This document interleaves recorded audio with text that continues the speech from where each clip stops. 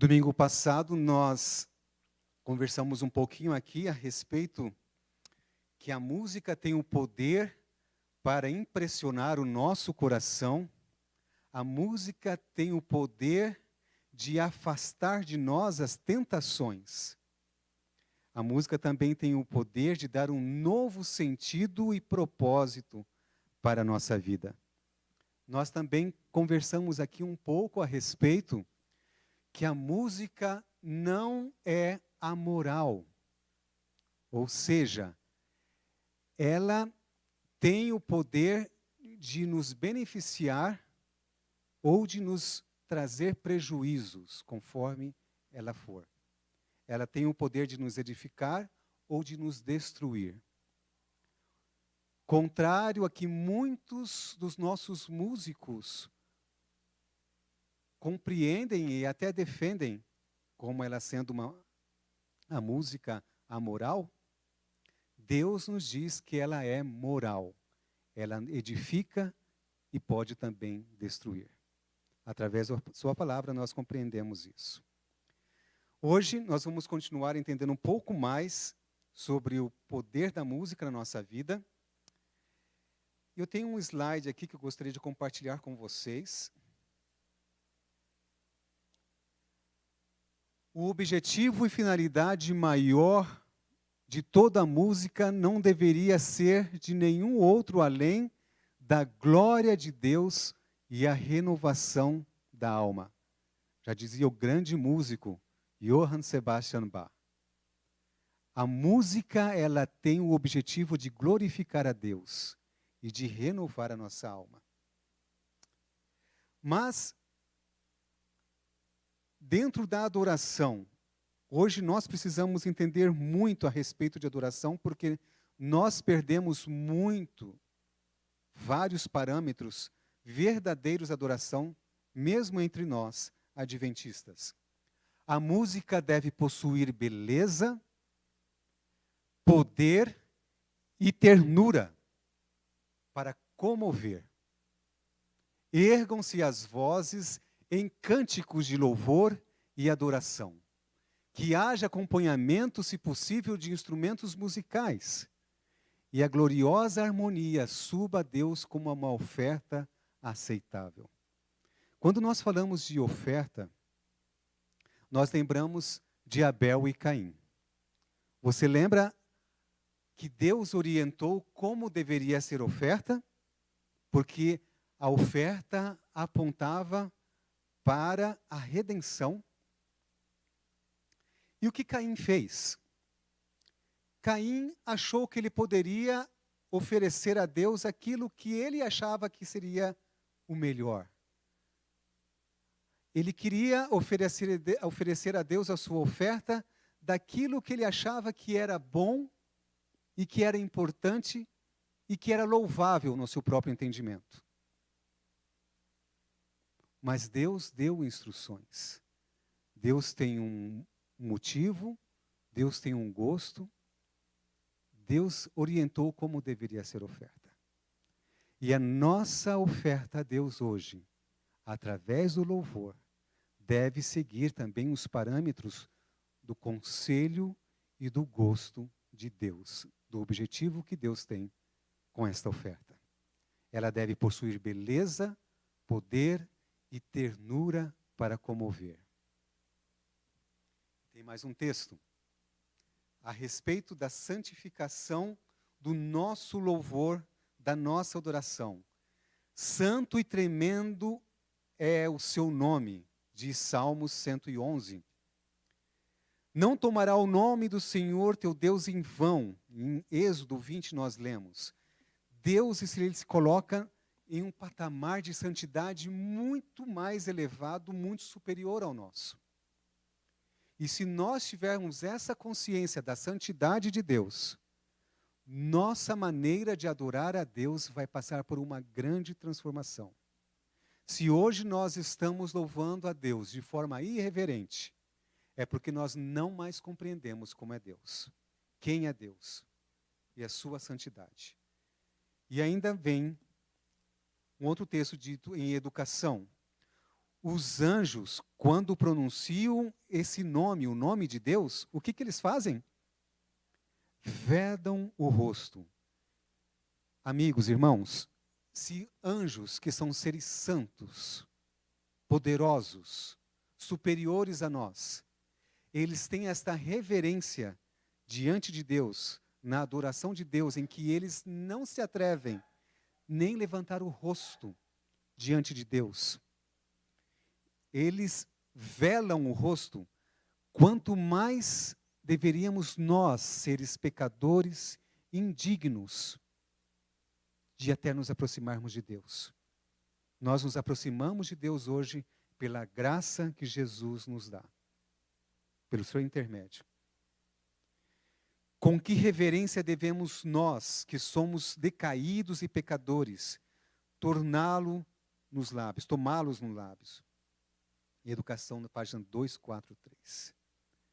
Esse texto deve parar em nossa mente para que nós possamos refletir como nós estamos nos dirigindo ao nosso Deus hoje, com as nossas orações e com os nossos louvores. Será que nós estamos, como Caim, querendo adotar os nossos próprios bem-entender sobre como deve ser louvado a Deus? Ou nós gostaríamos de buscar, Senhor, como deve ser o meu louvor a Ti? Qual a sua orientação? Qual o seu gosto? O que o Senhor espera de nós? Em Testemunhos, nós lemos o seguinte, o texto está bem pequeno aí, mas eu vou ler para vocês. A menos que os crentes sejam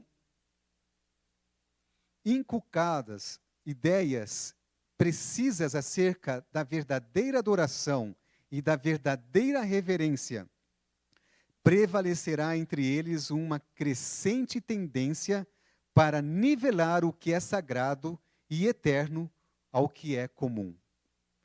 Isso está dizendo aqui, se nós não buscarmos conhecer realmente de Deus, qual é a sua vontade, qual a sua orientação em seu louvor, nós nivelaremos o que é sagrado com o que é comum. E isso nós temos visto hoje em muitos meios cristãos, nivelando o sagrado de Deus com o comum do nosso mundo. E os que professam a verdade serão uma ofensa a Deus e uma lástima para a religião. Com suas ideias destituídas de cultivo, jamais poderão apreciar um céu puro e santo, e estar preparados para se associarem aos adoradores de Deus nas cortes celestiais, onde tudo é pureza e perfeição, e onde toda criatura demonstra absoluta reverência a Deus e sua santidade. Nós, como povo de Deus, como um povo, um movimento profético para terminar a obra de Deus e revelar o verdadeiro caráter de Deus, precisamos operar uma mudança na nossa adoração, de acordo com a orientação de Deus, com os princípios de Deus. O inimigo tem destruído a sua igreja através da adoração. O inimigo tem impedido que o Espírito Santo trabalhe em nosso coração e transforme a nossa vida devido à nossa forma de adorar ao nosso Deus. E nós precisamos aprender. Que Deus nos guie nesse estudo desta noite, para que nós compreendamos qual é a vontade de Deus e quais são as ciladas do inimigo para que tirar de nós a ação poderosa e tão necessária do Espírito Santo. Que Deus nos abençoe. Boa noite, irmãos. É um prazer estar aqui com vocês mais uma vez. E não sei quantos não estavam aqui domingo passado e nem assistiram online, que talvez perderam, né, a explicação que nós demos a semana passada. Mas eu vou assim rapidamente só resumir, mas depois você tem a oportunidade de assistir, se você não ainda não assistiu, né? Na semana passada nós falamos que essas mudanças que foram introduzidas na música da igreja não é uma coisa que aconteceu por acaso. Foi um plano muito bem pensado pelo inimigo. Desde o Éden, nós mostramos aqui uma citação, né, que quando Satanás ouviu Adão e Eva unindo as suas vozes em louvor a Deus com os anjos, e eles viram o quanto a música unia o céu com a terra, ele teve o desejo de transformar aqueles louvores em maldições ao Criador. Então as coisas não acontecem por acaso, tem alguém por trás que está fazendo isso. E nós compartilhamos um pouco da história da música, né? Comentamos que até a virada do século XX, a música que usava certos ritmos, e é o que nós vamos entender hoje à noite, quais são esses ritmos, ela era uma música totalmente separada da música de adoração a Deus. Era uma música que era usada ali nas tribos pagãs, que tinha o propósito de preparar o coração para que os espíritos malignos possuíssem o corpo. Isso é claro. Se você estudar um pouquinho da música erudita, você vai ver que não existiam esses ritmos antes da virada do século XX.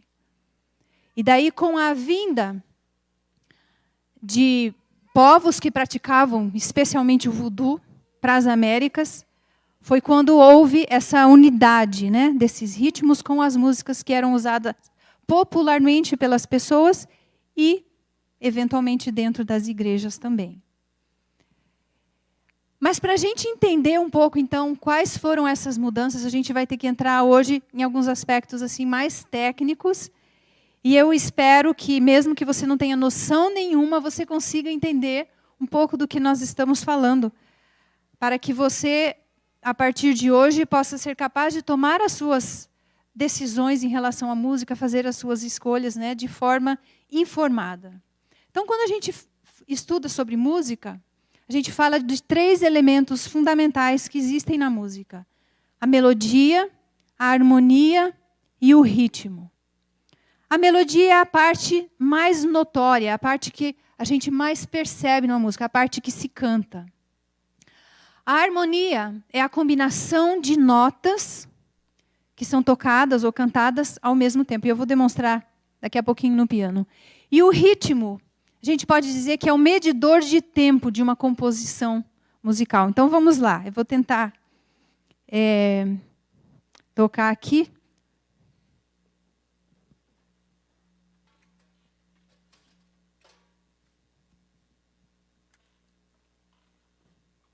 Não sei se não está ligando aqui.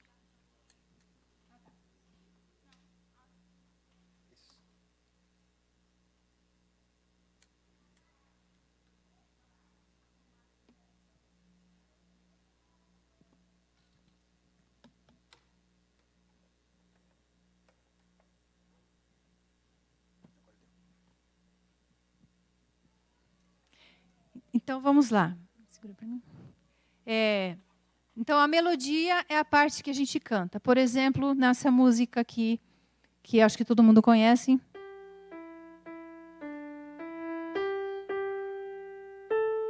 Essa é a melodia. A harmonia são notas que eu vou tocar ou cantar juntamente com essa melodia. Então, se eu tenho um coral a 4 vozes, por exemplo, né? Ou mesmo que for 2 ou 3 vozes, eu faço uma harmonia.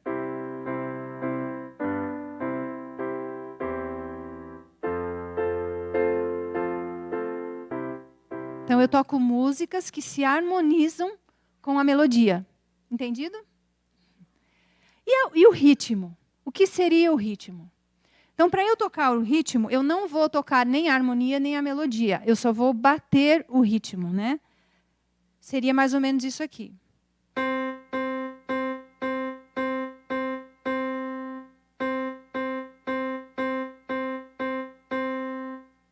Deu para entender? Deu para perceber que é a mesma música, né? Se eu não coloco o ritmo na música, eu não vou reconhecer a música. Então, o ritmo é importante. A harmonia é importante e a melodia é importante. E quando Deus criou a música, esses 3 elementos deviam interagir na música, no som, de forma equilibrada. Todos eles são importantes. Se eu não tenho um deles, aí eu já tenho um desequilíbrio. E isso afeta o meu corpo e a minha mente.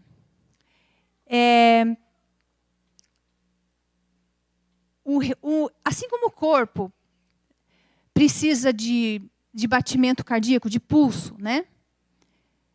E vocês sabem que quando o batimento cardíaco está muito elevado, é um sinal de doença. E se eu não tenho batimento cardíaco, é porque eu já morri. Então, o batimento cardíaco tem que ser equilibrado. Nem muito e nem nada. Equilíbrio. A mesma coisa na música.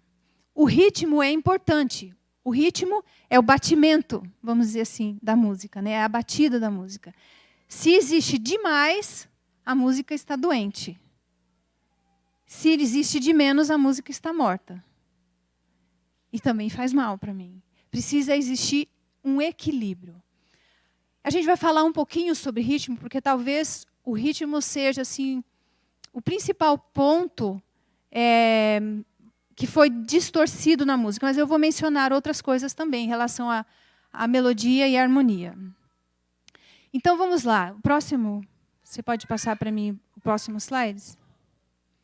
Existem 3 elementos, eu vou voltar aqui um pouquinho, só para explicar melhor para vocês, que você já deve ter ouvido falar, que são, na verdade, não são elementos, são alterações no ritmo. Você já deve ter ouvido falar de síncope. O que é uma síncope? É uma deslocação da acentuação da parte forte do tempo para a parte fraca do tempo. Essa eu vou demonstrar aqui de novo no piano, porque senão não vai fazer muito sentido. Tá. Então, vamos lá. Eu tenho a música, essa mesma música, né?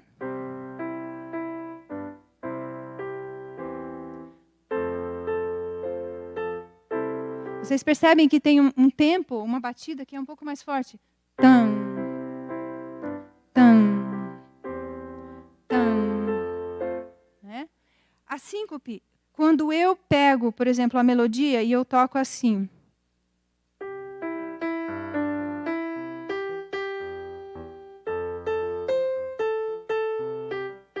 Mudou alguma coisa? Ela ficou mais dançante. Né? A síncope em si não é errado. Tem muitos hinos que tem síncope, mas é assim, é uma aqui, uma ali, outra ali. E você não sente essa vontade de dançar. Mas o excesso, como eu falei, assim como o excesso né, no batimento cardíaco faz mal, o excesso na música também faz mal. A segunda alteração no ritmo são os polirritmos. O que significa a palavra poli? Vários ou muitos, né? Algumas músicas são criadas em cima de camadas de ritmos. Geralmente as músicas seculares. Antigamente existiam até algumas músicas mais eruditas que usavam isso, mas sem esses outros elementos como síncope, como backbeat, que nós já vamos explicar. Então, não era algo assim equilibrado, não era algo desequilibrado. Os polirritmos, então, são 2 ou mais ritmos ocorrendo ao mesmo tempo. Quando você tem um jogo de bateria que foi construído com esse propósito, e nós vamos mostrar um videozinho, vai dar certo? Um videozinho? Você tem o bumbo fazendo um som, um ritmo. Você tem a caixa fazendo outro ritmo. Você tem o prato fazendo outro ritmo. E você tem outros instrumentos de percussão acrescentando. Então, são camadas e camadas e camadas. Isso é um polirritmo. Dá para fazer isso no piano? Dá. Também dá para fazer. Como eu mencionei, não existe instrumento santo e não existe instrumento profano. Existe instrumento usado de forma profana. Assim como a voz também pode ser usada de forma profana. E o backbeat? Talvez o backbeat seja, assim, a alteração que foi mais influenciada pela música, pela herança do voodoo, como eu comentei no domingo passado, né? É uma ênfase forte nos tempos do compasso que deveriam ser fracos. E talvez para você entender isso, você vai ter que entender que geralmente, como eu já mostrei ali no início da música, nos compassos, o primeiro tempo é o tempo forte. Quem já estudou música sabe disso. De forma natural, o primeiro tempo do compasso deveria ser acentuado. Eu vou mostrar daqui a pouquinho mais alguns detalhes, mas vamos tentar colocar o vídeo, então. No vídeo você vai ver 2 exemplos. Então, um exemplo dos polirritmos, que é com a bateria, né? E o backbeat, que seria essa batida, uma mais fraca e uma mais forte.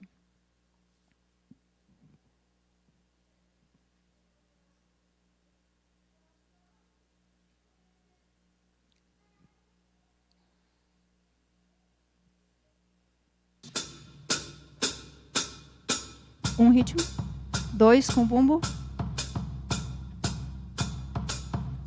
3, 4, camadas de ritmos, uma em cima da outra.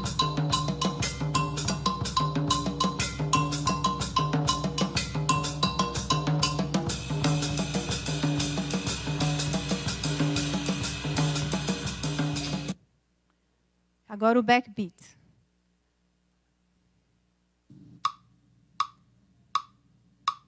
Um, 2, 4. Qual é mais forte? 2, 4, 2, 4.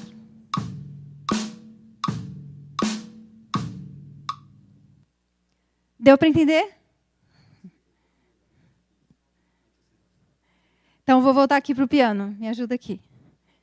Então, eu vou pegar um hino.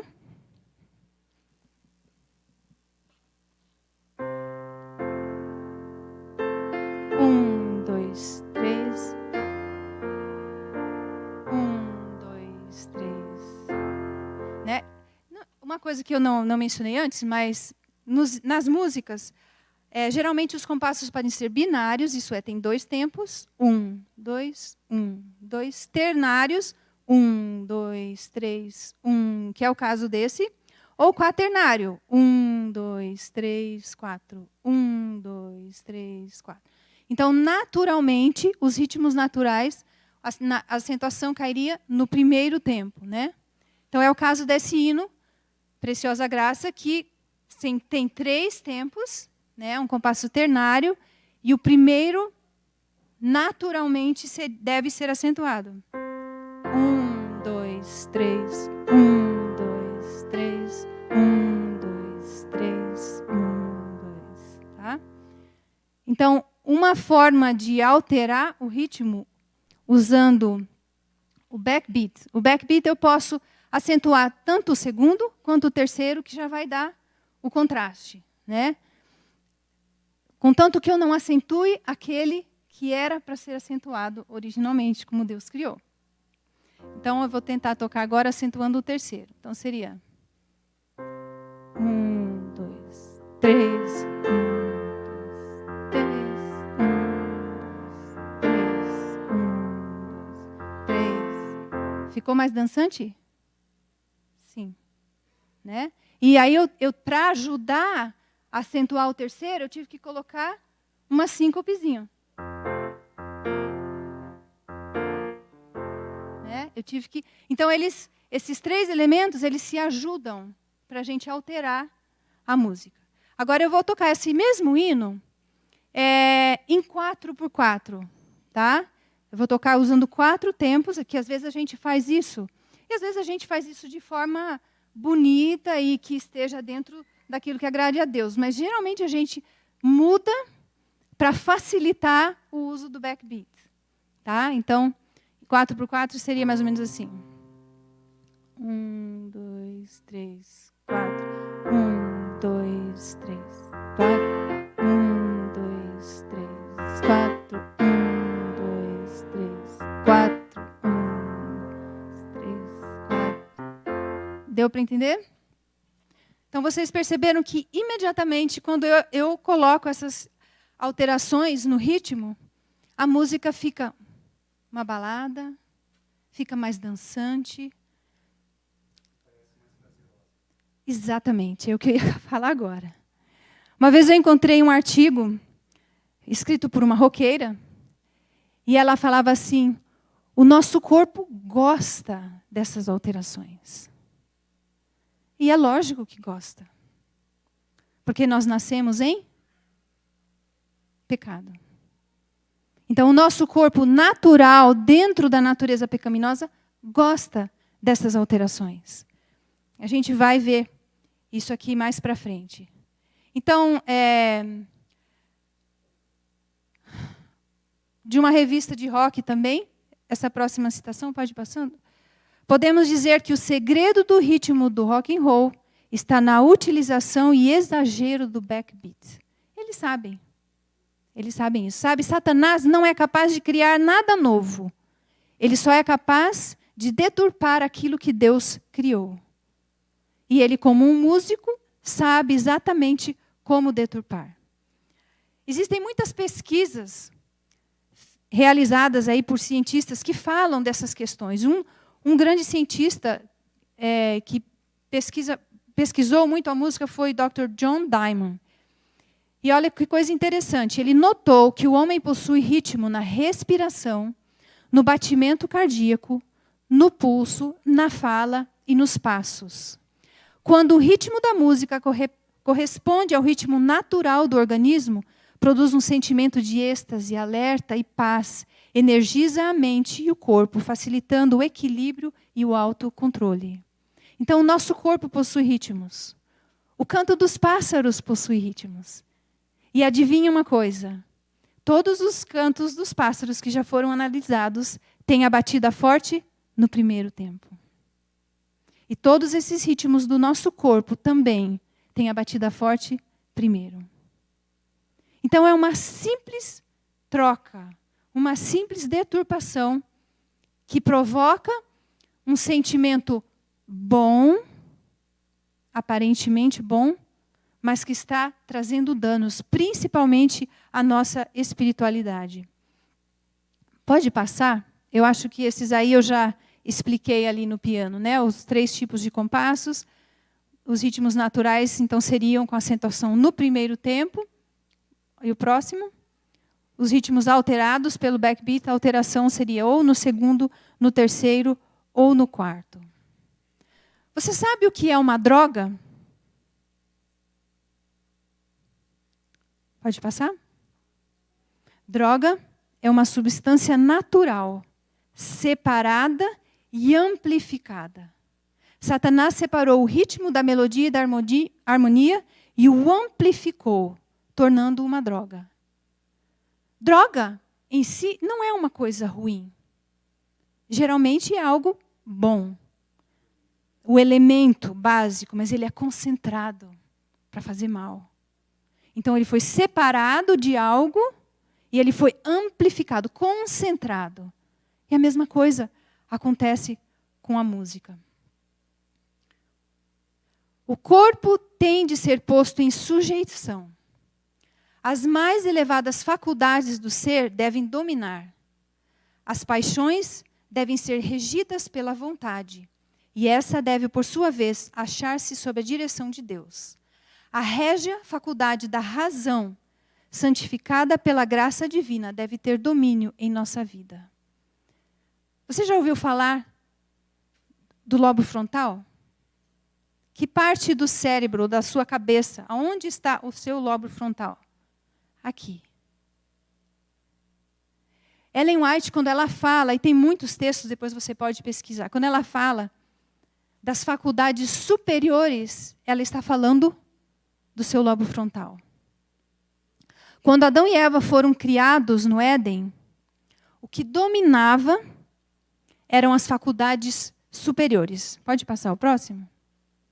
Então, vamos entender um pouquinho. As faculdades superiores são a razão, o intelecto, a consciência, o são julgamento, a fome da alma. A razão é aquilo que leva você a pensar, por que isso funciona? É bom ou é mal? O intelecto, como que isso funciona? É certo ou errado? A consciência, ela avalia entre o certo e o errado. E leva você a pensar, você vai fazer isso? São o julgamento, tomar a razão e intelecto e tomar a decisão certa. Fome da alma é o desejo pela verdade, de conhecer a Deus. Adão e Eva foram criados com as faculdades superiores dominando o ser. Dominando as faculdades inferiores que nós vamos ver em seguida. Então vamos ver quais são as faculdades inferiores. Ela se divide no aspecto emocional e no aspecto físico. Sentimento, que é uma coisa interna. Emoção, que nós demonstramos externamente, né? Paixão, é um sentimento forte que nos leva a fazer algo, a praticar. E o físico, você tem o apetite, que é o desejo por algo. O desejo é algo que você quer muito, né? E a paixão, novamente, que lhe faz tomá-lo. Eu quero, e eu pego. Então, quando Adão e Eva foram criados, as faculdades superiores dominavam. Eles tinham um coração espiritual, eles tinham a mente de Deus. Porém, Deus não criou robôs. Deus criou ser humano com livre arbítrio, com a vontade, com a capacidade de escolher entre o certo e o errado. Se Deus tivesse criado Adão e Eva apenas com as faculdades superiores, Deus seria um tirano. Ele teria criado um robô, alguém que não é capaz de tomar decisões. Então Deus nos criou com as faculdades superiores e com as faculdades inferiores, que é o emocional, o físico, o coração natural. Porque Deus queria que, acima de tudo, o homem respondesse ao seu amor. Como que eu vou responder ao amor de alguém se eu não tenho a capacidade de escolher? Então Deus criou o homem assim. E nós sabemos que Adão e Eva, depois de um tempo, escolheram pecar. E o que aconteceu com essas faculdades? Elas foram invertidas. Você e eu nascemos assim, com as faculdades inferiores dominando o emocional e o físico, o coração natural, desde bebezinho. O bebê quer alguma coisa, ele vai lá e pega. Ele não pede, ele simplesmente pega.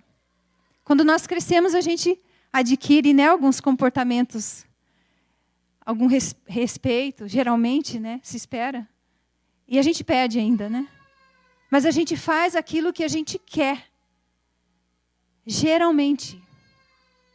Deus quer nos levar de volta ao domínio das faculdades superiores. Deus quer inverter esse processo. Porque senão nós somos escravos do inimigo. Agora, quando algumas coisas afetam o centro da nossa razão, as nossas faculdades superiores, como a música, fazendo com que, sem eu perceber, eu deixe de usar a minha razão e eu use a minha emoção, e nessa imagem aqui a gente vê, né, o lóbulo frontal, ou o córtex pré-frontal, é a parte da frente do cérebro, né? E essa parte lá atrás,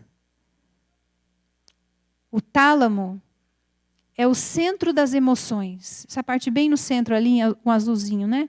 É o tálamo. É o centro das nossas emoções. Então, existe uma guerra. A nossa guerra espiritual é justamente isso. É eu fazer a vontade de Deus, a vontade de Deus que já foi revelada, ou é eu fazer a minha vontade? Aquilo que me traz prazer, aquilo que me traz emoções. Então, olha só esse texto que interessante. A música não depende do cérebro mestre, do centro da razão para entrar no organismo. Pode ainda estimular através do tálamo, a estação de todas as emoções, sensações e sentimentos. Uma vez que o estímulo é capaz de alcançar o tálamo, o cérebro mestre é automaticamente invadido ou desligado. Por exemplo, você está na sua casa, sua esposa está na cozinha, e ela começa a fazer uma pizza. E aí, a primeira coisa que você percebe, né, e a gente percebe isso através dos 5 sentidos, minha esposa está fazendo pizza. Eu estou usando a razão ou a emoção? A razão.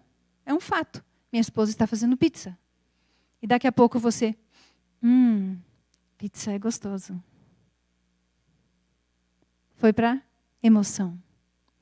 E aí eu começo a pensar, nossa, aquele queijo derretido, quentinho na minha boca.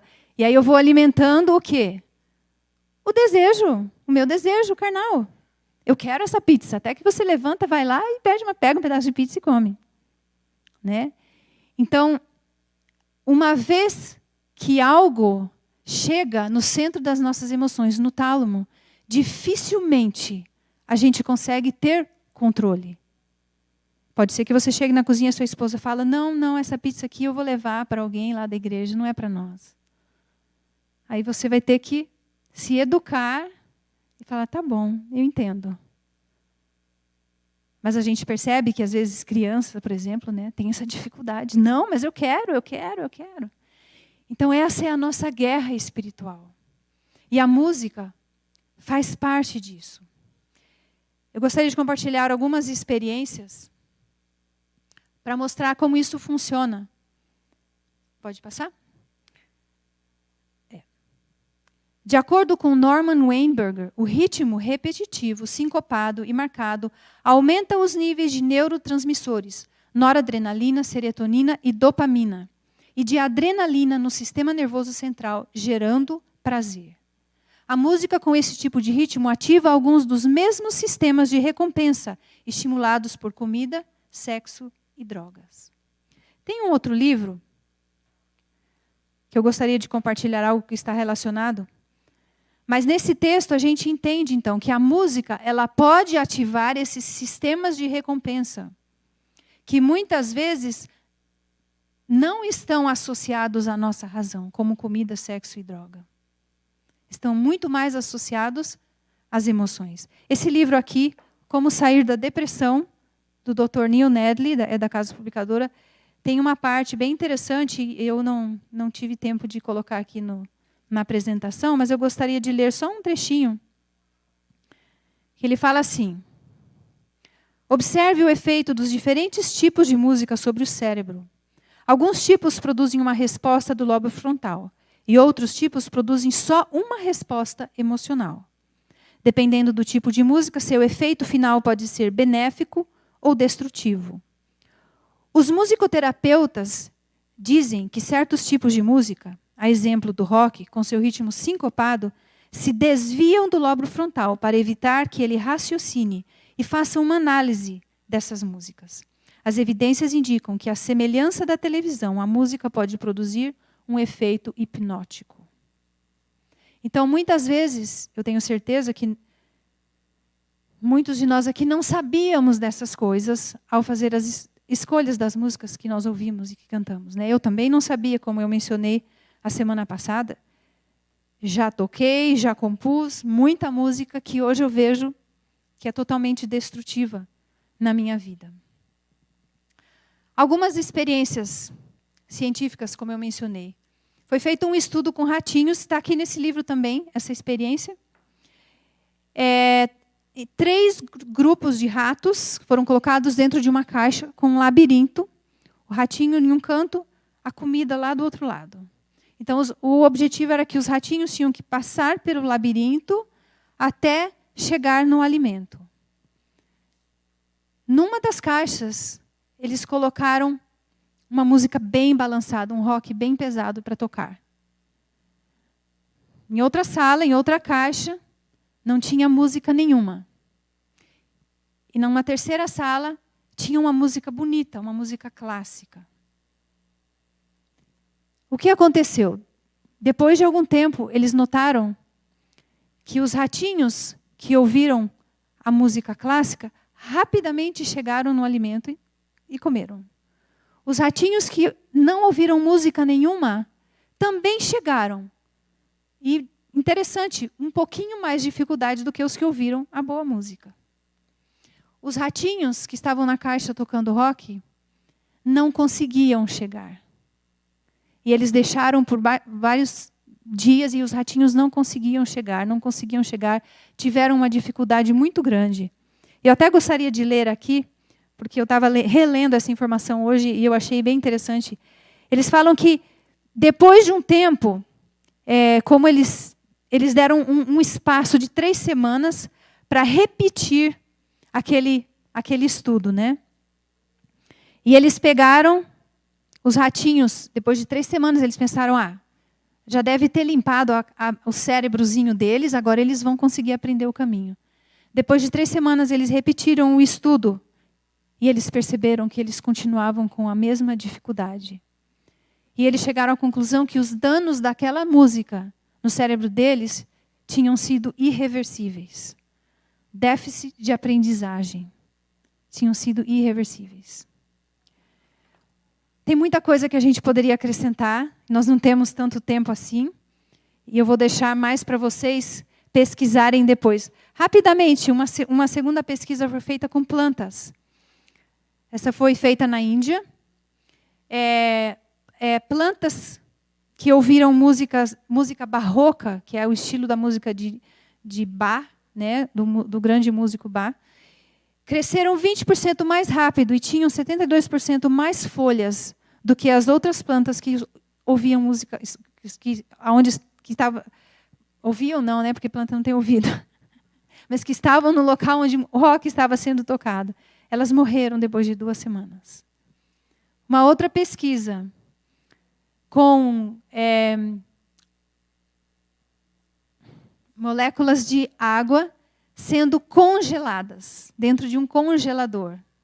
Em um congelador onde a música de Bach foi tocada, a música clássica, esse é o desenho que elas formaram. Você já viu como os flocos de neve formam desenhos, né? Que são lindos. Faça uma pesquisa na internet e você vai ver como eles são lindos, bem assimétricos. Essa foi o desenho que as moléculas de água formaram ao se congelar ouvindo a música de Bach. E esse próximo, ouvindo um heavy metal, um rock bem pesado. E tem muitas outras pesquisas que eu poderia trazer aqui para vocês, né? Mas então, pense um pouco comigo. Se esses desequilíbrios acontecem na natureza, nas moléculas de água, o que será que acontece dentro do nosso corpo, que também é formado por moléculas? Nós temos que realmente parar e pensar. Eu vou mencionar rapidamente aqui alguns outros desequilíbrios na melodia, por exemplo. Ellen White tem uma citação que fala sobre sons indistintos, o excesso de voltinhas, ou o excesso de volumes, ou você cantar com a voz suspirada, né? De forma sensual. Ela fala assim: devemos esforçar-nos em nossos cânticos de louvor por aproximar-nos o mais possível da harmonia dos coros celestes. Tenho ficado muitas vezes penalizada ao ouvir vozes não educadas elevadas ao máximo diapasão, guinchando positivamente as palavras sagradas de algum hino de louvor. Olha que expressão forte. Quão impróprias essas vozes agudas e estridentes são para o solene e jubiloso culto de Deus. Está no livro Evangelismo, página 508. E na harmonia, você já ouviu falar de dissonância? Eu vou ter que mostrar aqui no piano rapidinho. Né, um acorde consoante, uma harmonia consoante. Eu posso acrescentar uma quarta nota. Já é uma dissonância, mas é uma dissonância agradável. Se eu começo a acrescentar mais notas,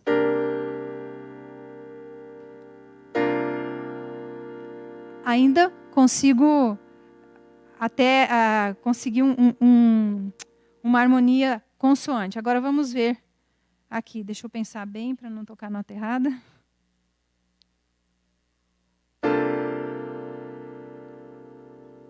Você percebeu que criou uma certa tensão?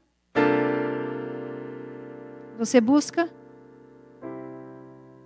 uma resolução. Então essa é a dissonância. Existem músicas que elas são criadas em cima de dissonâncias do começo ao fim. Ellen White tem um conselho também. Deus não se agrada de algarávia ou linguagem ininteligível e dissonância. O correto é sempre mais agradável a Ele que o errado.